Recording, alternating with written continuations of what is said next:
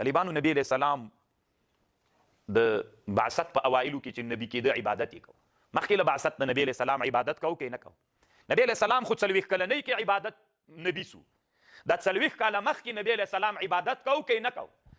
دا 40 کاله د 40 کلنۍ کې نبی علیہ السلام ته نبوت راغی نبی علیہ السلام د 40 کلنۍ نه مخکې عبادت کو کې نه کو کوي د څه شي عبادت یې کو درې مذهب پکې دي نو طالبانو تاسې مسلې ته ښه متوجه سئ اوله رایه دا ده نبی علیہ السلام عبادت کو د هیڅ چا عبادت نبی علیہ السلام نه ده نبی علیہ السلام عبادت الله کو خو په مخکلي ادیانو کې سماوي ادیانو کې د یوه دین عبادت هم نه ده کړی نه ابراهیمي دین نه موسوي دین نه عیسوي دین نه د نور انبیا علیه السلام دین باندې هم څوک نه ده کړی عبادت یې نه ده کړی نبی علیه السلام چې وو مخکې له بعثت نه نبی علیه السلام عبادت کړی دغه عبادت نبی علیه السلام چې وو اوله رایه دا ده چې دی متعبد بالشرع السابق نه وو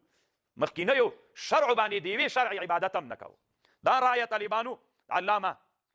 ابن نجیم د صاحب د بحر الرائق او دور المختار هم طالبانو دا رایه مختاره ګرځولې او علامه ابن العابدین الشامی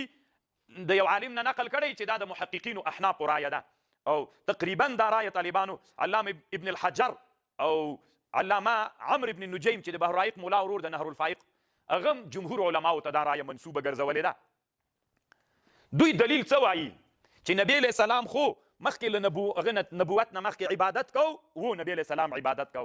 د مخکینی شرع باندې نه شرع سابق کې د یوې عبادت هم نبی علیہ السلام نه ده کړی ولې دلیل دا ده که چیرته نبی علیہ السلام د موسوي دین عبادت کولی یا د عیسوي دین عبادت یې کولی چونکې اسماني ادیان یا ابراهیمي دین نو اوس به ضرور طالبانو نقل وو هغوی به یو قسم ځان غټ بلو چې که چیرته د مونږ دین حق نه وی نبی علیہ السلام ولې د مونږ په دین باندې عمل کو نو دا تقریبا جمهور علماو ته منسوبه رایه ده اوله رایه دا ده نبی صلی الله علیه وسلم پخوانیو شرعو باندې د یوې شرع څوک هم نه کو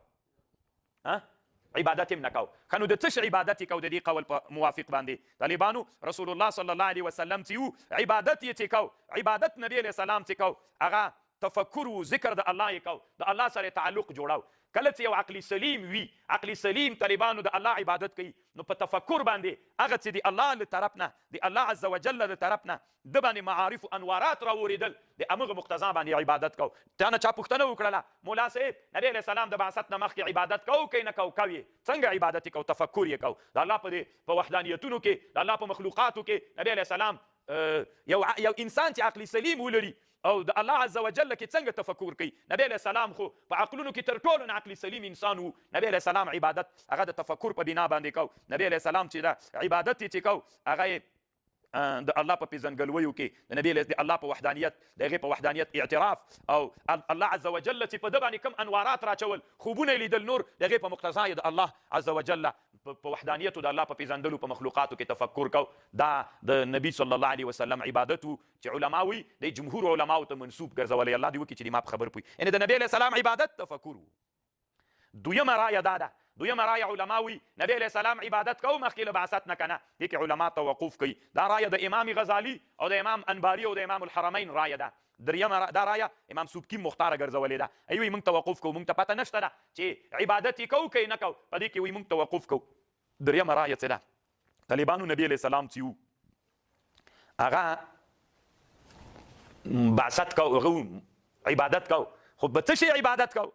نو دریمه رایه داسې وي چې نبی علیہ السلام د بعثت نه مخکې چې کوم ادیان ول سماوي ادیان په هغه سماوي ادیانو کې د یو دین باندې عبادت کو یا مثلا ابراهیمیت یا موسویت یا عیسویت چې هغه حق د ثابت و طالبانو په هغه شیانو عبادت کو دا دریمه رایه ده دا رایه هم طالبانو ډېرو علماو مختاره ګرځولې په مشهورو علماو کې چې دا رایه مختار ګرځولې قاضي بیضاوي علامه ابن الهمام او علامه ابن الحاجب ابن الهمام لیکلي طالبانو د ابن الهمام صاحب د فتح القدیر هغه داسې لیکلي طالبانو دا دریمه رایه کې دایم ده نبی علیہ السلام مخکې له بعثت نه عبادت کو که یې نه کو هو نبی علیہ السلام مخکې له بعثت نه عبادت کو د څه شي عبادت یې کو د هغه دین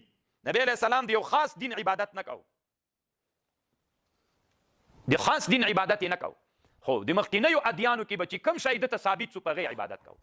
دا طالبانو د ابن الهمام رایه ده دا هم ډېره خوندوره رایه ده نبی علیہ السلام مخکې له بعثت نه عبادت کو که یې نه کو و د څه شي عبادت یې کو کوم ادیان سماوي چې مخکې تیر سوي ول په هغه ادیانو سماویو کې به کوم شی چې ثابت او متحقق و نبی علیہ السلام به د هغه عبادت کو دا که د ابراهیمیت د دین ول او که د نورو سماوي ادیانو نه و داسې خاص د یو دین باندې عمل نه کو کوم شی به چې له کوم دین نه ثابت رسول الله صلی الله علیه وسلم په هغه باندې عمل کو دا د چا رایه سوه د علامه ابن الهمام رایه سوه طالبانو صاحب د فتح القدیر